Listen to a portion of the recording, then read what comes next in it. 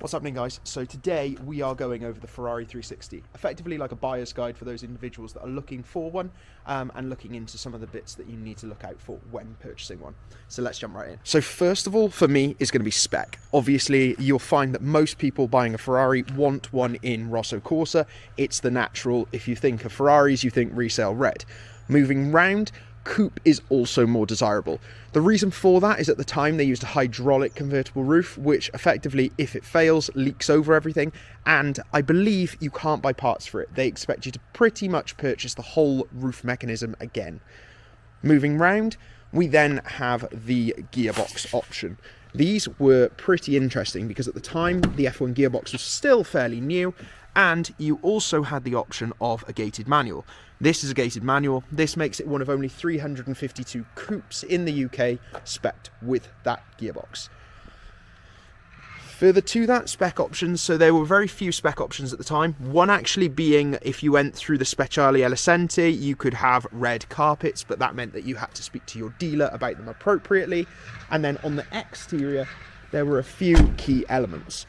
One being the Scuderia shields on the wings, and then at the back being the Challenge Stradale style rear grille, which obviously this car doesn't have. If you do want these things, make sure the car has them, because you can't retrofit the shields. You can retrofit the Challenge rear grille, but it's going to cost you a fortune. Further to that is interior. Obviously, looking at this car, I went for it because of the gated manual.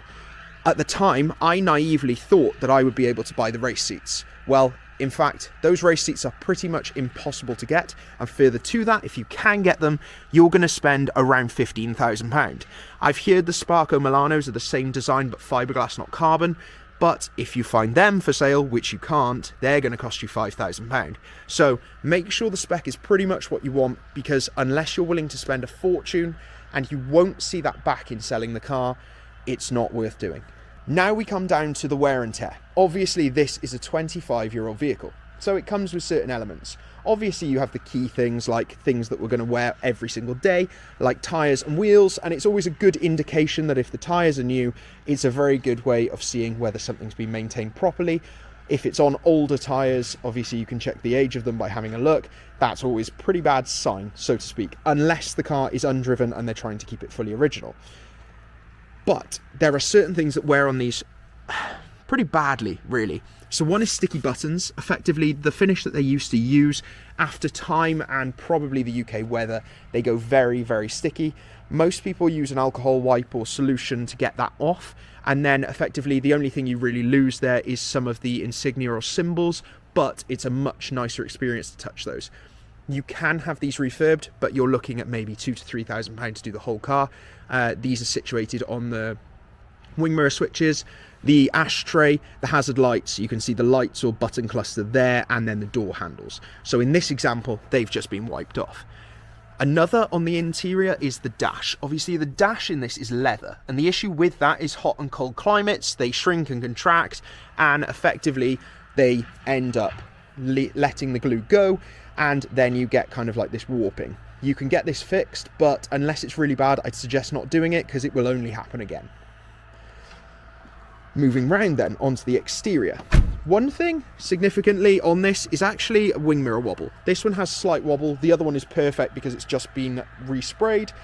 Effectively, the issue with this is over time they become loose. There is a screw underneath in which you can tighten it, but at some point you can't tighten it anymore, and you would have to either buy a new wing mirror or get that tightened up appropriately.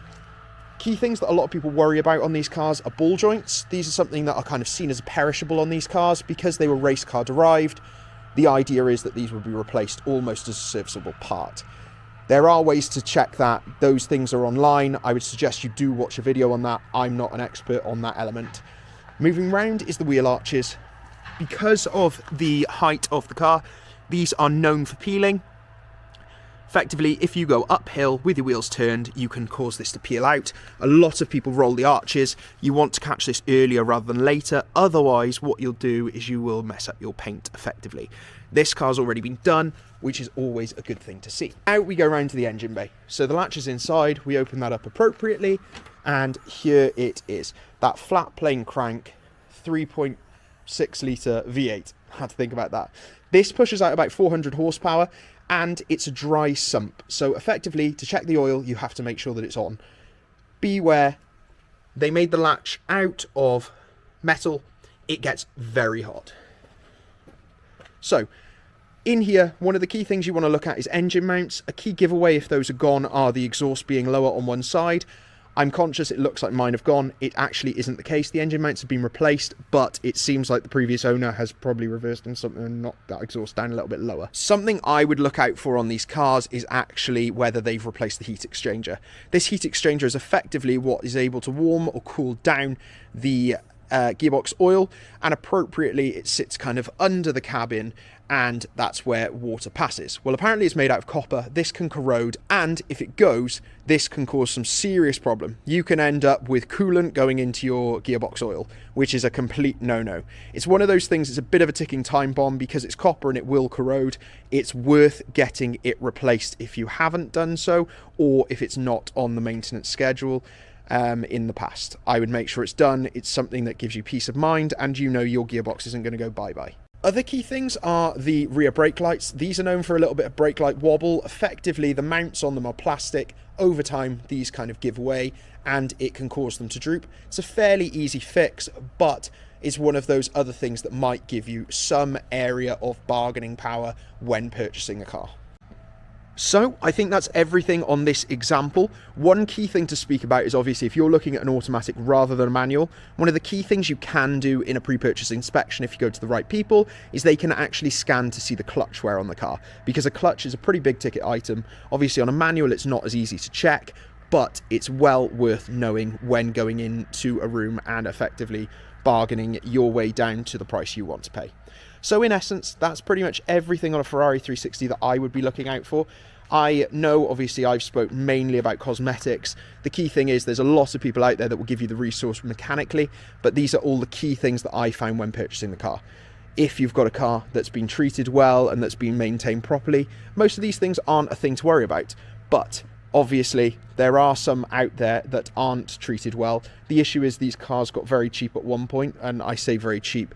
Obviously still quite expensive, but relative for what they were, which meant a lot of these went out of the main dealers and effectively ended up in specialists or just garages. So you need to make sure you're buying a good one, because unfortunately there are a few nasty ones. Key thing as well, HPI check. I always do this. My favorite is Car Vertical because it gives you the most details. This is not an ad. By God, I wish they were paying for me to say that.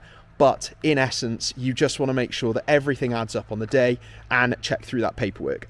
Another key element that I would look for is the red fob. Obviously, this is a bit of a random thing.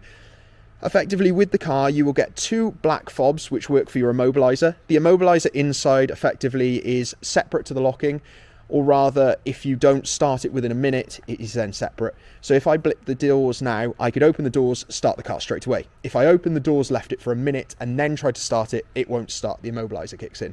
So it's an important thing to have. The red immobilizer is the one that allows them to program new keys from it. If you lose that, you could be in quite a lot of bother. So that's one of the key things that I would look out for. Another one is the toolkit. Obviously, most people don't really care, but it's a very expensive item. So if you can have it, it's nice to have. And in essence, just make sure you're buying a good car. You should be able to tell straight away, really. The gearboxes and engines are pretty much bulletproof on these things. Cosmetically, obviously, they are 25 years old. Don't walk in thinking you're going to get a perfect car. If you want a perfect car, you should be buying new. And, well, I don't have the money to buy new. So, yeah, you've just got to know what you're walking into, what you're going to get for the money. And what I believe you're getting for the money is an incredible car that I can't see you losing any money on, as long as you maintain it properly.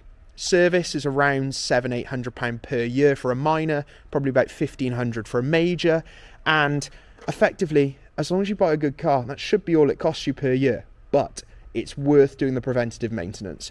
Over the last year, I've spent probably about 8-9 grand getting it up to where I wanted it to be, with gaskets on the plenum or the rocker covers, the engine mounts, having the wheels refurbed, new tyres, doing certain bits of the interior, respraying the wing mirror which had corrosion on it, and effectively making it my perfect 360. So that's the video. I hope you guys like it. Please let me know in the comments if you have any other elements that you'd like to add to this video, so that hopefully if anyone is buying one of these cars, they're able to read up and see some more elements. And yeah, that's it. I hope you have a good day. Bye bye.